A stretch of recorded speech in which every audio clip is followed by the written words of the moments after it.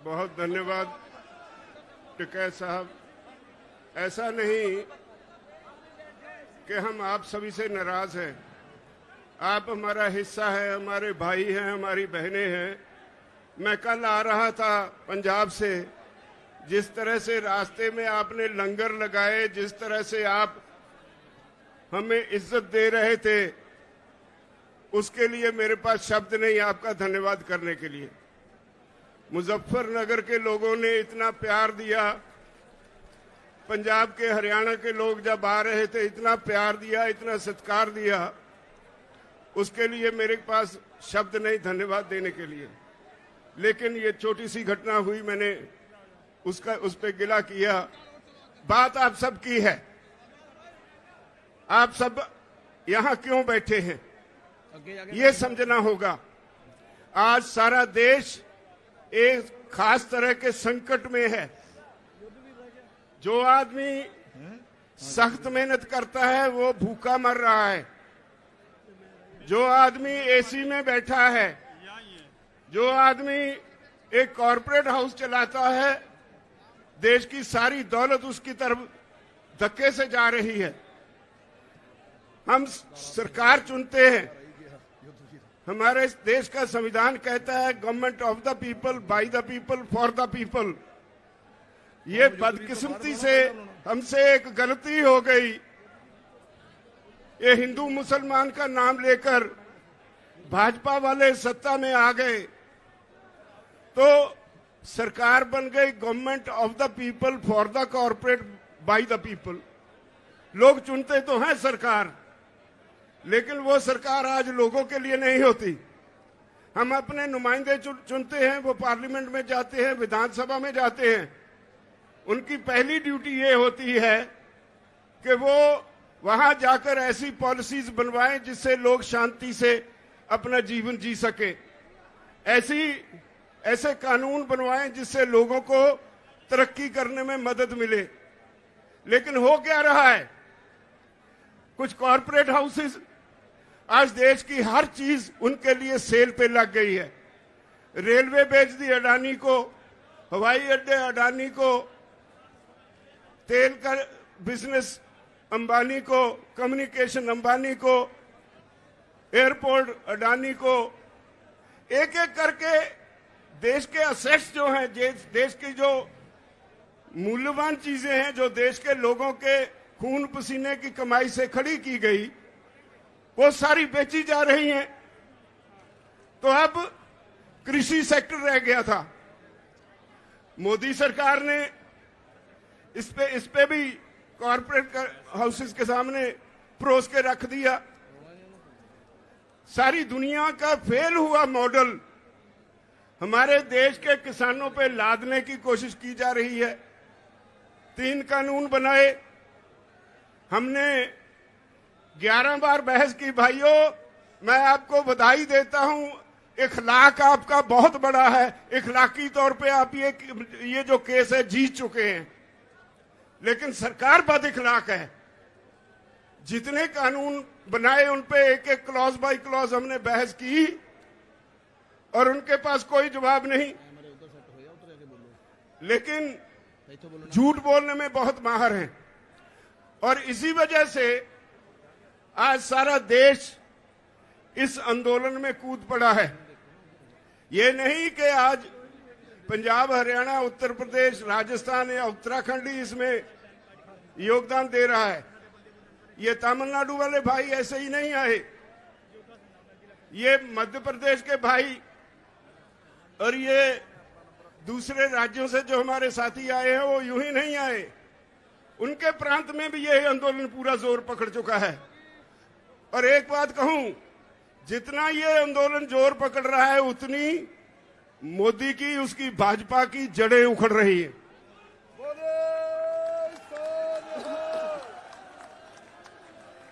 हमने बंगाल के चुनाव के वक्त कहा था कि हमारा काम नहीं है ये। अगर सरकार को वोट की राजनीति से बिना कोई बात समझ में नहीं आती तो हम वोट पे चोट करेंगे। हम बंगाल गए, वोट पे चोट की, तो आज कहां है वो जो पूरा जोर लगाया हुआ था अमित शाह और मोदी जी ने, मोदी दोनों को लोगों ने मांझ के रख दिया। जिंदाबाद। अब वो कहते थे ये तो पंजाब से हैं, ये तो हरियाणा से हैं, ये तो थोड़े से यूपी से हैं, थोड़े से राजस्थान से हैं, और कभी खालिस्तानी, कभी पाकिस्तानी, कभी आंदोलनजीवी, पता नहीं क्या क्या नाम दिए हमें। जिसे अन्नदाता कहते थे उसे तरह तरह से गालियां दी गई। वो गालियां सारे देश के किसान ने सुनी और उनके दिल पे उकरी गई, और यही वजह है आज इतनी संख्या में लोग यहां आए हैं। इतनी गालियां मेरे ख्याल में अपने जीवन में इस देश का किसान तो भूल नहीं पाएगा, कभी बीजेपी को माफ नहीं करेगा। अब वो कहते हैं राजहट है, कहने के लिए जवाब कोई नहीं। 9.5 महीने से किसान बॉर्डर पे बैठा है। पंजाब का किसान तो 2 महीने पहले रेलवे की पटरियों पे भी बैठा रहा। ये तो 1 साल से ऊपर हो गया पंजाब से शुरू हुए आंदोलन को। आज सारे देश का किसान सड़कों पे है, और अब भी उन्हें समझ नहीं पड़ रही।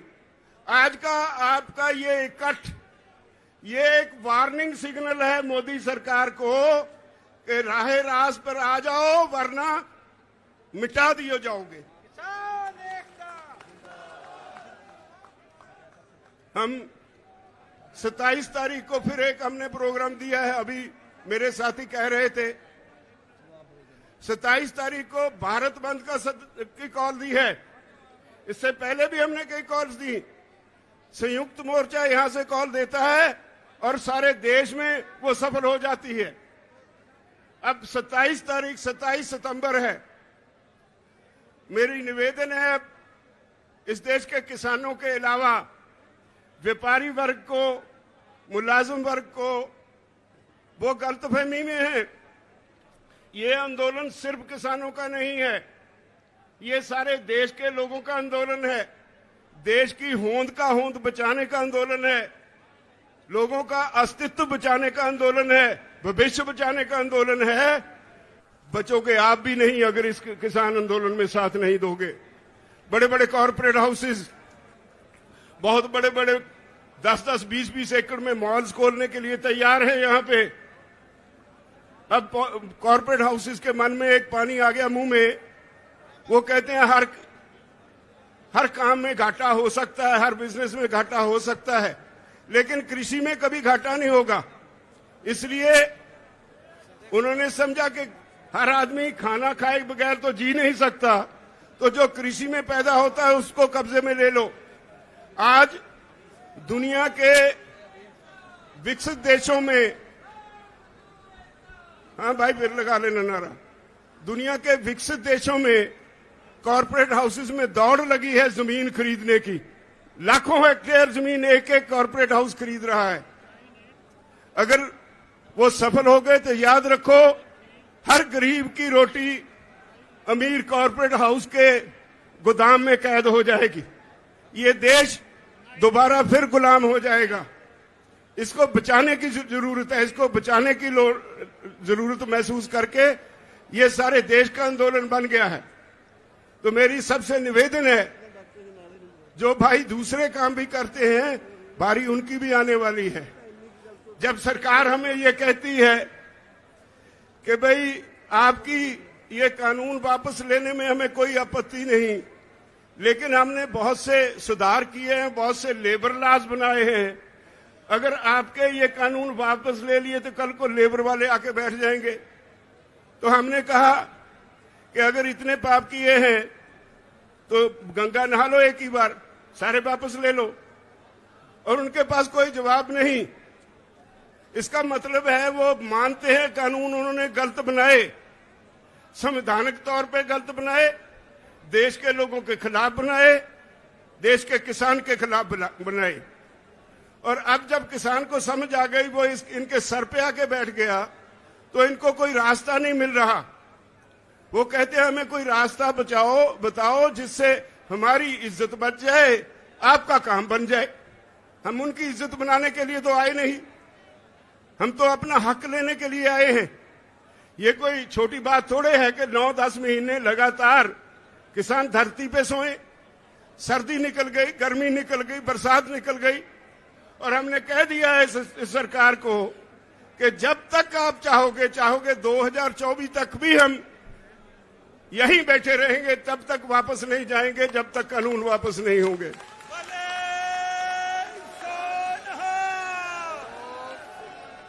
मुजफ्फरनगर की ये रैली, भाइयों, आपकी आज की ये रैली सारी दुनिया इसको देख रही है।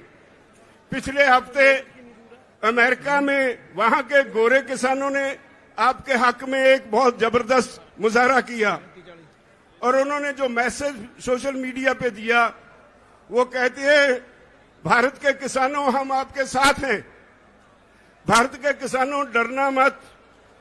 इन्होंने हमें डरा के कॉरपोरेट्स के चुंगल में फंसा दिया, और आज हमारी हालत ये है कि कॉरपोरेट का नाम सुनते ही हमें कंपकपी छिड़ जाती है। मत डरना इनसे, आपके साथ सारी दुनिया के लोग हैं। हाउस ऑफ कॉमन्स में 2 बार बहस हो चुकी है आपके इन कानूनों के ऊपर। ऑस्ट्रेलिया में, न्यूजीलैंड में, कनाडा में, हर देश की पार्लियामेंट पे चर्चा हो गई। विदेशों में सरकार की खिल्ली उड़ रही है। तो आपके आज के इस रैली ने एक चेतावनी दी है, मैं समझता हूं, मोदी सरकार को और भाजपाइयों को। या तो वो राह रास्त पे आ जाएं, वरना अब इस आंदोलन को आप रोक नहीं पाओगे। ये घर घर चला गया। पंजाब और हरियाणा में तो स्थिति आज ये है कि कोई भी पॉलिटिकल पार्टी जाती है पंजाब में किसी गांव में, लोग उनके लीडरों को घेर लेते हैं, नहीं घुसने देते। हरियाणा में भाजपा की बोलती बंद कर दी किसानों ने। उसके चीफ मिनिस्टर को भी वो नीचे नहीं उतारने देते हेलीकॉप्टर। इन्होंने करनाल में इतनी बुरी तरह से निहत्थे किसानों को पीटा, जिसमें एक भाई हमारा शहीद भी हो गया।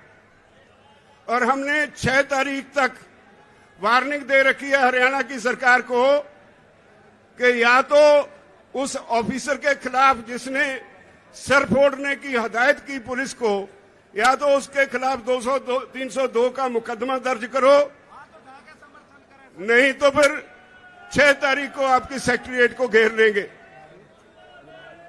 6 तारीख को हरियाणा का किसान बड़ी संख्या में करनाल में इकट्ठा हो रहा है। हमारा वो भाई जो हमारे लिए बहुत कीमती साथी था, जो बहुत देर से आंदोलन में काम कर रहा था, वो आम गरीब किसान के परिवार से था। उसके पीछे उसकी जिम्मेदारियां रह गई। वो हम सब लोगों की जिम्मेदारी है कि हम उसकी, हमारे दिवंगत साथी की आत्मा की शांति के लिए प्रार्थना करें। और ये 6 मुझसे गलती से कहा गया, 7 तारीख को करनाल में इकट्ठ रखा गया है। अगर सरकार उस ऑफिसर के खिलाफ 302 का मुकदमा दर्ज नहीं करेगी तो हरियाणा के किसान इकट्ठे होके वहां सिविल सेक्रेटेरिएट को घेराव कर लेंगे, नहीं छोड़ेंगे उसको। और वो कंस्टिट्यूएंसी मुख्यमंत्री खट्टर की कंस्टिट्यूएंसी है। यूं ही नहीं उसने पुलिस को ऐसी हदायतें दी। हर सीएम अपने हलके में अपनी चॉइस के ऑफिसर रिप्यूट करता है। अगर वो आज जो ऑफिसर है, पता चला है वो आरएसएस के एक कार्यकर्ता का भतीजा है, अगर उसे ताकत इतनी चढ़ी है तो देख लेंगे, हम भी तैयार हैं फेस करने को। अब तो पंजाब में भी शुरू हो गया।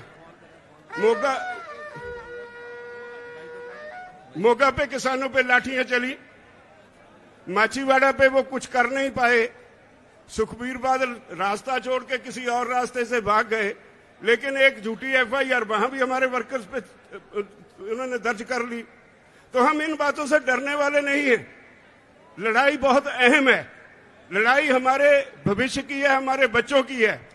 इसलिए मैं आप सभी से निवेदन करता हूं, जिस तरह से आप आज संयुक्त किसान मोर्चा की कॉल पे मुजफ्फरनगर में बड़ी संख्या में आए हैं। मुझे पता है सरकार ने रेल्स बंद कर दी, नेट बंद कर दिया, लेकिन पता नहीं कितनी कितनी दूर मुजफ्फरनगर से बाहर हमारे साथी बसों में, कारों में जो आए हैं, इस वक्त भी उनको यहां आने के लिए रास्ता नहीं मिल रहा। सारे रास्ते चौक हो गए और वो वहीं खड़े इंतजार कर रहे हैं अपनी बारी का। जब ऐसे लोग बाहर निकल आए, आम जनता बाहर निकल आए, तो सरकारें कुछ बिगाड़ नहीं सकती। मैं समझता हूं मोदी सरकार को सोचने और समझने का समय आ गया है, वरना सरकारें बड़ी नहीं होती, लोग बड़े होते हैं। वरना सरकार को इसकी सजा जरूर मिलेगी, हर हालत में सजा मिलेगी। मैं आप सब भाइयों से एक निवेदन करना चाहता हूं। हम सभी, हमने छोटी सी कॉल दी, आप इतनी संख्या में आ गए, यूपी सारी हिल गई। मुझे लगता है जिस तरह आप आए हैं, यहां बंगाल वाला फार्मूला दोबारा दोहराने जा रहे हैं आप। भले सोनिहाल। इसमें कोई शक नहीं मुझे कि अगर बीजेपी को वोट पे चोट ही नजर आती है, तो आज के इस समागम के बाद वोट पे चोट लगाने के लिए माहौल तैयार हो गया। मोदी जी तैयार हो जाओ, मैदान में देखेंगे। अब तो आप सभी को बहुत बहुत धन्यवाद, और आप सभी से आखिर में फिर एक बार विनती, आज की रैली के बाद सो नहीं जाना। बहुत बड़ी जिम्मेदारी आपके ऊपर छोड़ के चले हैं। मैं कल से यहां आया हूं, एक रिश्तेदारी में ठहरा था। बहुत से लोग मुझे मिलने आए, एक ही बात कह के मैं क्षमा मांगूंगा। बहुत से लोग मुझे मिलने आए, जो भी आया उसने आते ही पहली एक बात कही कि ये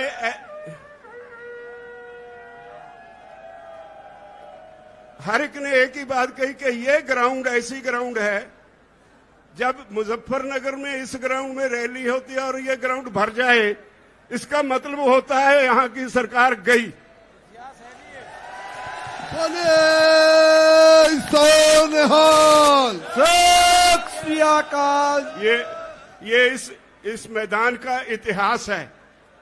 अगर यही इतिहास है तो भगवान करे जल्दी ये हमें सफलता मिले और उसको छुट्टी मिले। वो जो आजकल परेशान हैं तो उनको छुट्टी मिले इस काम से, वो अपने घर में मंदिरों में पूजा पाठ करें।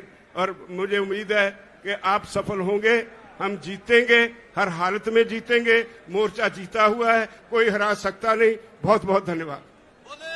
बोले